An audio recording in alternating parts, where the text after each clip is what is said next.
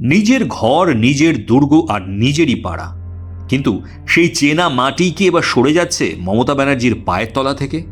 কেন 2026-এর বিধানসভা ভোটের আগে ভবানীপুর নিয়ে এতটা চিন্তিত খোদ মুখ্যমন্ত্রী?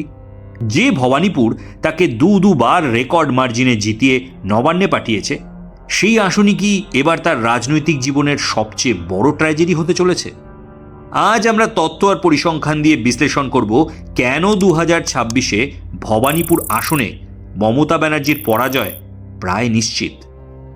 রাজনীতিতে অঙ্ক বড় সত্যি কথা বলে।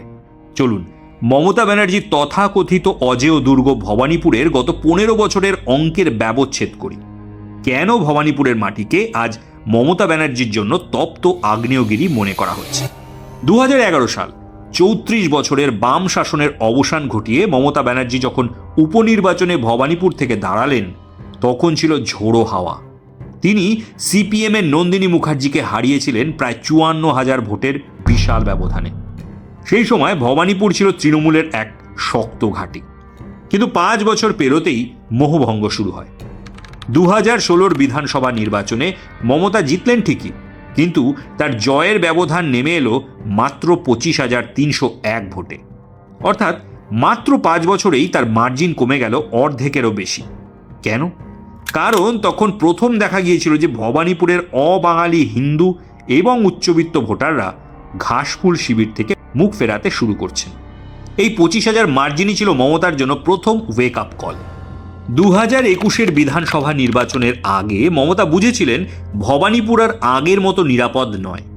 পরিসংখ্যানের এই নিম্নমুখী গ্রাফ দেখেই তিনি খেললেন জীবনের সবচেয়ে বড় রাজনৈতিক জুয়া। ভবানীপুর ছেড়ে পাড়ি দিলেন নন্দীগ্রামে। কিন্তু সেখানে শুভেন্দু অধিকারীর কাছে 1956 ভোটে পরাজয় তার রাজনৈতিক কেরিয়ারে এক বড় দাগ রেখে গেল। অথচ দেখুন, সেই 2021-এর সাধারণ নির্বাচনেই মমতা ব্যানার্জির ছেড়ে আসা আসনে শোভনদেব চট্টোপাধ্যায় প্রায় 28,000 ভোটের লিড পেয়েছিলেন। এরপর এলো 20 অক্টোবর 2021-এর সেই বহুল আলোচিত উপনির্বাচন। মমতা পুনরায় ভবানীপুর থেকে দাঁড়ালেন, জয়ের ব্যবধান দেখালো 58,389। বাইরে থেকে দেখে মনে হলো মমতা আবার তার ম্যাজিক ফিরে পেয়েছেন। কিন্তু বিরোধী দলনেতা শুভেন্দু অধিকারী এবং রাজনৈতিক বিশ্লেষকরা বারবার একটি প্রশ্ন তুলছেন, এই জয় কি স্বাভাবিক ছিল? উপনির্বাচনে যখন বিরোধী ভোটারদের মধ্যে গা ছাড়া ভাব থাকে এবং প্রশাসনের উপর সম্পূর্ণ নিয়ন্ত্রণ থাকে সরকারের, তখন এই বিশাল ব্যবধান কি বাস্তবের প্রতিফলন, নাকি শুধুই কুশলী ভোট ম্যানেজমেন্ট প্রক্রিয়ার ফল? কারণ সেই উপনির্বাচনে তিনি 58,000 ভোটে জিতলেও আসল টুইস্ট কিন্তু অপেক্ষা করছিল 2024-এর লোকসভা নির্বাচনে।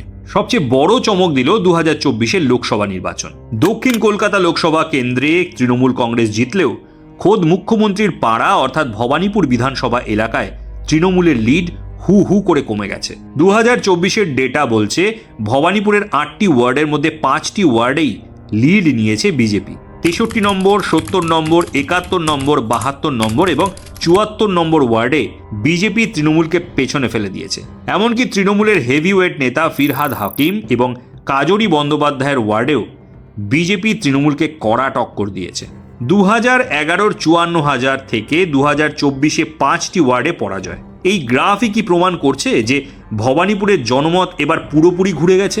তার ওপর বড় মোচড়টা এসেছে স্পেশাল ইন্টেন্সিভ রিভিশন বা এসআইআর অর্থাৎ ভোটার তালিকা সংশোধনের প্রক্রিয়ায়। নির্বাচন কমিশনের এই কড়া পদক্ষেপে ভবানীপুর এলাকা থেকে প্রায় 47,000 ভুয়ো ভোটার বা মৃত ভোটারের নাম বাদ গেছে। মুখ্যমন্ত্রী নিজেই এসআইআর এর বিরুদ্ধে সুপ্রিম কোর্ট অবধি পৌঁছে গেছেন। শুভেন্দু অধিকারীর আবার পাল্টা তোপ, ভুয়া ভোটার বাদ দেওয়াই মমতার ভয়ের আসল কারণ। যদি এই 47,000 ভোট সত্যি হিসাবের বাইরে চলে যায়, তবে তৃণমূলের গতবারের জয়ের মার্জিন মুহূর্তেই ধুলোয় মিশে যেতে পারে। 2011-র 54,000 থেকে 2024-এ 5টি ওয়ার্ডে পরাজয়। এই গ্রাফই কি প্রমাণ করছে যে ভবানীপুরের জনমত এবার পুরোপুরি ঘুরে গেছে? যেখানে তৃণমূলের গড় লিড মাত্র কয়েক হাজারে এসে ঠেকেছে, সেখানে 47,000 ভুয়ো ভোটার বাদ গেলে মমতার রাজনৈতিক ভবিষ্যৎ কোন দিকে দাঁড়াবে? শুভেন্দু অধিকারী কি তবে ভুল বলছেন না যে এবার ভবানীপুরে মমতাকে হারানো স্রেফ সময়ের অপেক্ষা? রাজনৈতিক বিশ্লেষক এবং বিশেষজ্ঞদের মতে সম্ভাবনা বড়ই প্রবল, কারণ ভবানীপুরের চরিত্র কিন্তু বদলেছে। এই কেন্দ্রে প্রায় 70% বেশি অবাঙালি ভোটারের বাস। বিশেষ করে এই আসনের মারোয়ারি, গুজরাটি এবং পাঞ্জাবি ভোটারদের মধ্যে বিজেপির প্রভাব দিনের পর দিন বাড়ছে।